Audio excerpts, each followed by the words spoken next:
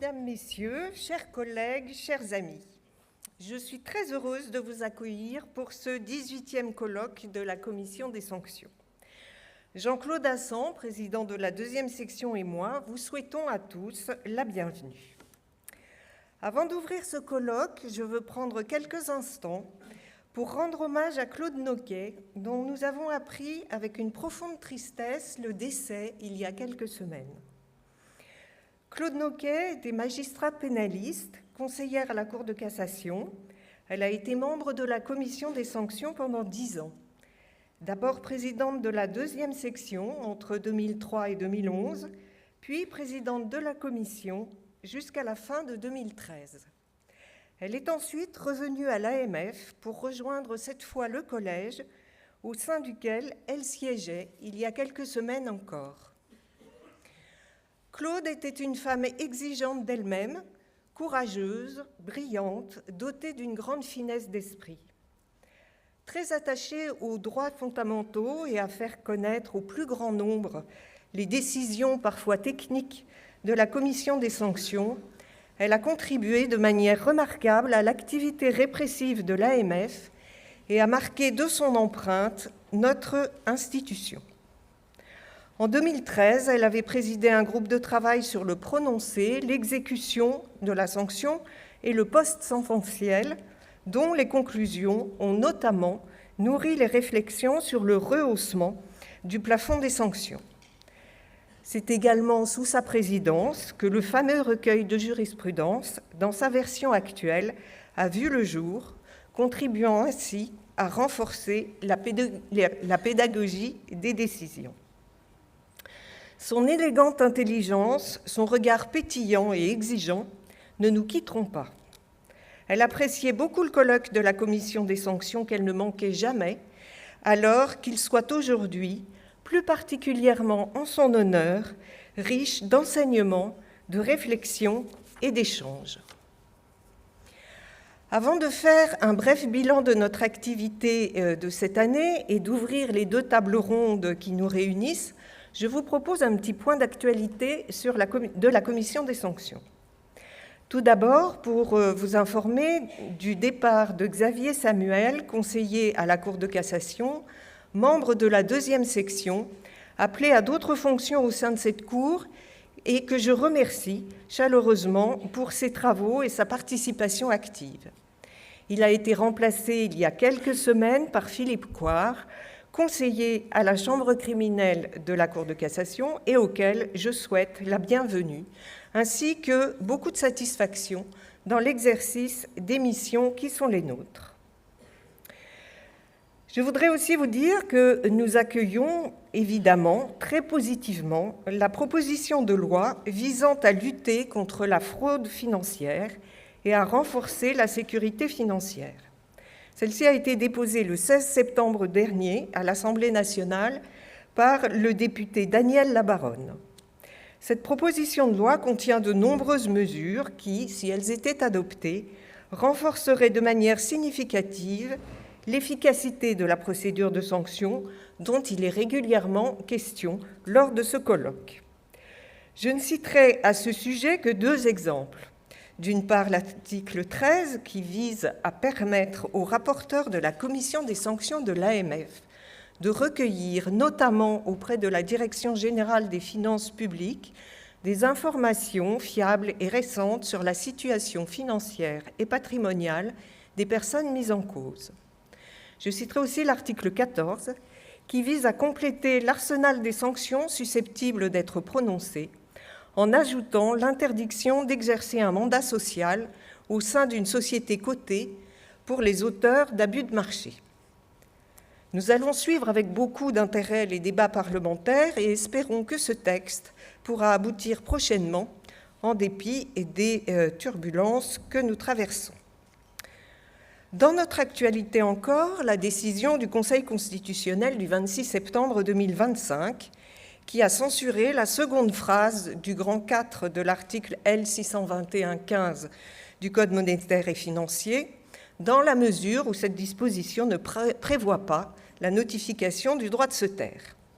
Cette décision n'a pas été une surprise pour nous, nous l'avions anticipée, dès le premier trimestre 2024, puisque depuis ce moment, nous notifions le droit de se taire aux personnes mises en cause lors des auditions du rapporteur de la commission des sanctions et lors des séances de celle-ci. S'agissant de notre bilan à présent, quelques données chiffrées. Depuis notre dernier rendez-vous en septembre 2024, la commission des sanctions a rendu 12 décisions de sanctions et a homologué 14 accords de composition administrative issus de 10 dossiers. 92% des personnes dont nous avons examiné les agissements ou les manquements ont été sanctionnées, ce qui veut dire que 8% d'entre elles ont été mises hors de cause. Le montant total des sanctions prononcées s'élève à 27 520 000 € et à ce jour, 67% des décisions rendues ont fait l'objet d'un recours. Je précise que le délai n'est pas expiré pour l'ensemble des décisions rendues. Ce bilan me donne l'occasion de remercier l'ADIX, le secrétariat de la commission des sanctions et les membres, bien sûr, des deux sections pour tout le travail qu'ils ont accompli qui a permis d'aboutir à ce résultat. Sur le fond, vous comprendrez que je ne revienne pas sur chacune des décisions rendues, vous m'en serez peut-être reconnaissante d'ailleurs. J'évoquerai seulement quelques points saillants apportant des réponses nouvelles ou présentant des configurations inédites. Pour commencer, je voudrais évoquer la décision marquante du 4 novembre 2024 par laquelle la Commission a prononcé des sanctions pécuniaires d'un montant total de 5,6 millions d'euros. Ce dossier comprenait 4 procédures issues de contrôle qui ont été jointes et qui nous ont conduits pour la première fois à apprécier les manquements de plusieurs professionnels dans la commercialisation et la gestion d'un fonds commun de titrisation. Ce fonds commun avait pour objet d'acquérir des créances détenues par des PME et de financer ces acquisitions. Au cours de la période de commercialisation du fonds, il est apparu que des créances non éligibles, certaines étant au surplus frauduleuses, figuraient à son actif. Par cette affaire, la Commission a donc eu l'occasion d'apprécier les manquements reprochés à plusieurs professionnels intervenant à chacune des étapes de la vie du fonds. La société qu'il gérait, la société intervenant auprès de lui comme conseiller en investissement financier, la société chargée de la commercialisation, le dépositaire du fonds et enfin leurs dirigeants respectifs. La décision apporte un certain nombre de précisions sur les exigences liées aux obligations de chacun des professionnels de la chaîne. Je précise, s'il en est besoin, que cette décision ne remet pas en cause d'une manière générale le mécanisme de la titrisation. Nous espérons au contraire qu'elle contribuera à renforcer la sécurité de ces produits. Dans une autre décision du 11 décembre 2024, la Commission des sanctions a aussi précisé la façon dont pouvait s'articuler sa compétence avec celle de la H2A s'agissant de commissaires aux comptes.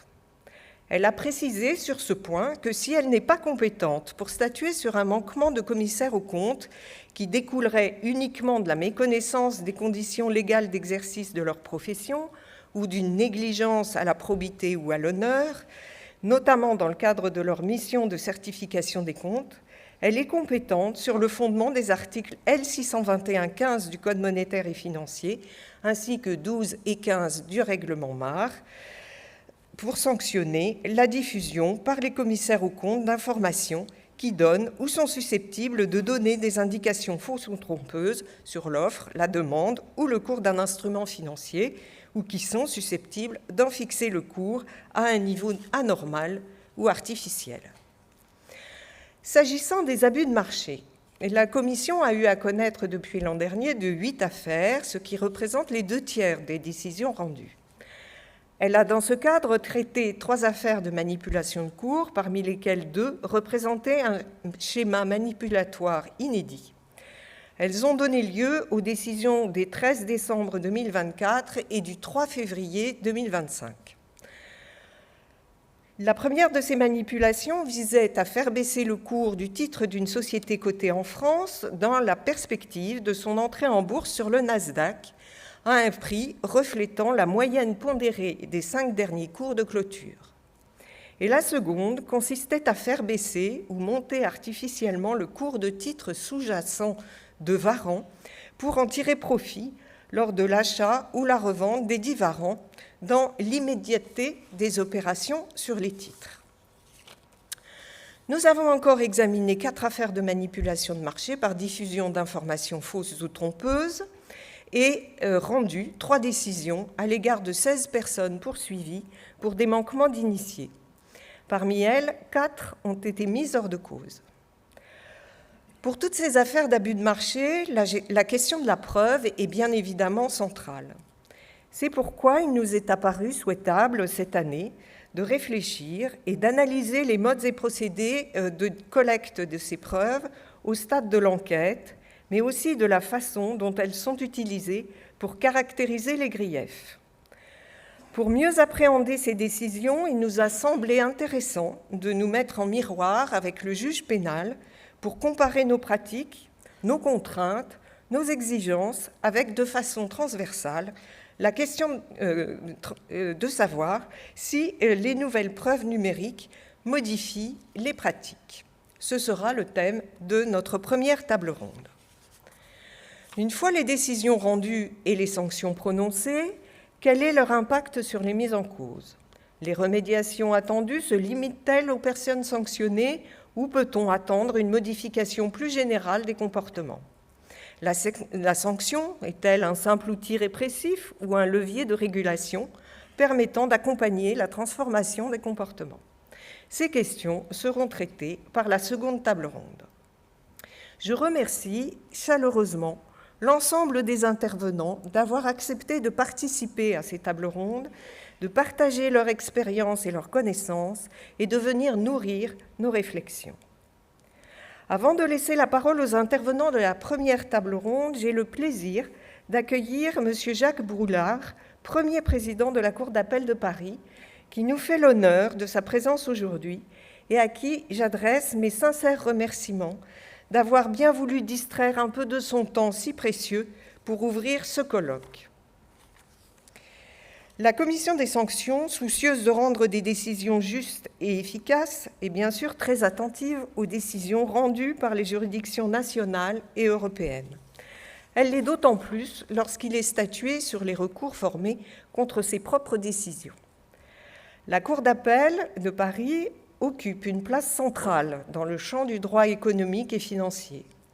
Par l'importance des contentieux qui lui sont soumis, elle se situe au cœur des interactions entre la justice judiciaire et les autorités administratives indépendantes, à l'écart desquelles elle dispose d'une vision transversale.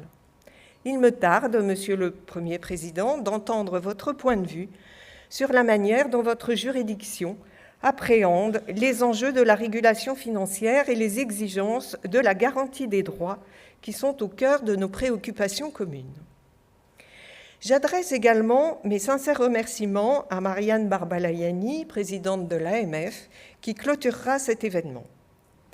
Mesdames et messieurs, je vous remercie pour votre présence et pour votre attention.